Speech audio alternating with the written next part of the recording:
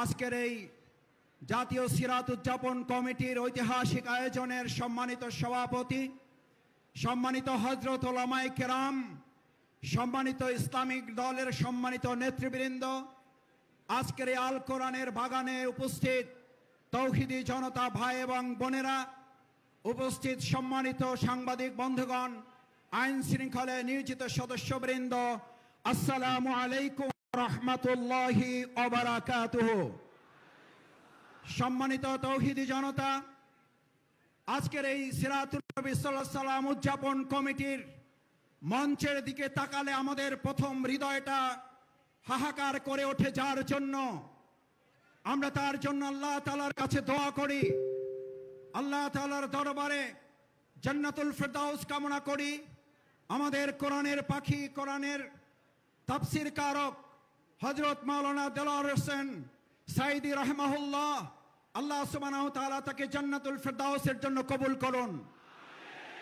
একই সাথে আজকের এই ঐতিহাসিক সিরাত মাহফিল থেকে আমরা বর্তমান অন্তর্বর্তীকালীন সরকারের কাছে প্রথমেই আহ্বান জানাতে চাই, এই সিরাত মাহফিলের ধারা যার মাধ্যমে তৈরি হয়েছে, আর এই সিরাতের মাধ্যমে অন্যায় দুঃশাসনের কবর রচনা করার জন্য যে ঐতিহাসিক রাস্তা তৈরি হয়েছিল, সেই রাস্তা বন্ধ করার জন্য ফ্যাসিস্ট খুনি হাসিনা সরকারের তৎকালীন প্রশাসনের যারা জড়িত, হাসপাতালে নিয়ে এসে চিকিৎসায় অবহেলা করার সাথে যারা জড়িত, অবিলম্বে তাদের গ্রেপ্তার করে আইনের আওতায় নিয়ে এসে ফাঁসি কার্যকর করতে হবে।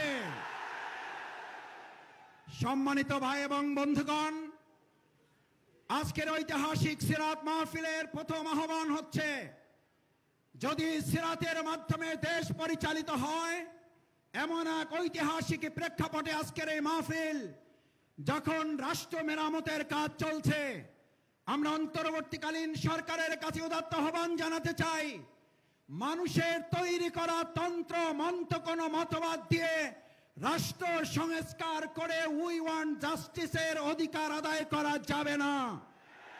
রাষ্ট্র মেরামতের সাথে এই সিরাতকে সংযুক্ত করে এদেশের 18 কোটি মানুষের দাবি আদায়কে সহজ করে দিতে হবে।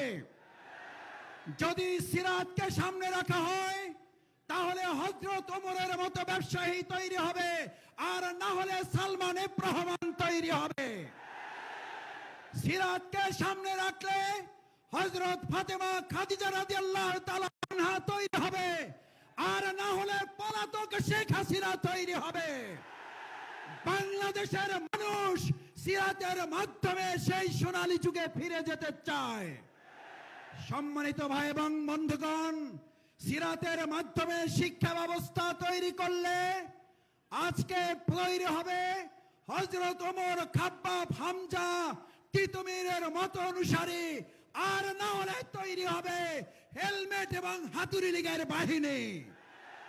আজ জানতে চাই, এই তৌহিদি জনতা হাতুড়ি লীগ আর হেলমেট চায় নাকি তিতুমীরের বাহিনী চায়?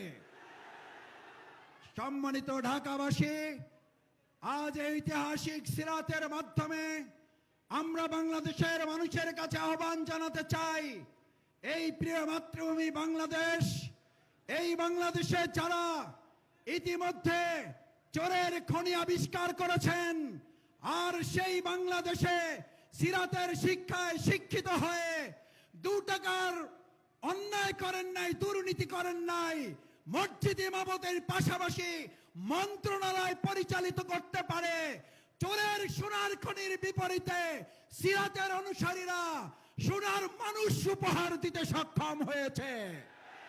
আপনারা এই দেশের মানুষ কি দিয়েছেন? চোরের খনি। আমরা দিয়েছি সোনার মানুষ।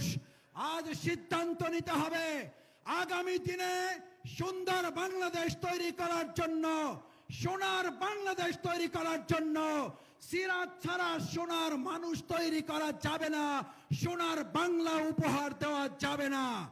আজ যদি 2 টাকার দুর্নীতি না করার চ্যালেঞ্জ এখনো নিতে কেউ না পারে, আজ এই জনগণের কাছে, লাখো হাজারো মা বোন ভাইদের কাছে জানতে চাই, আজকে সিরাতের মাধ্যমে সোনার মানুষ তৈরি করে সোনার বাংলা তৈরির আগামী দিনের সকল উদ্যোগের সাথে আমরা কি একতাবদ্ধ হয়ে কাজ করতে রাজি আছে?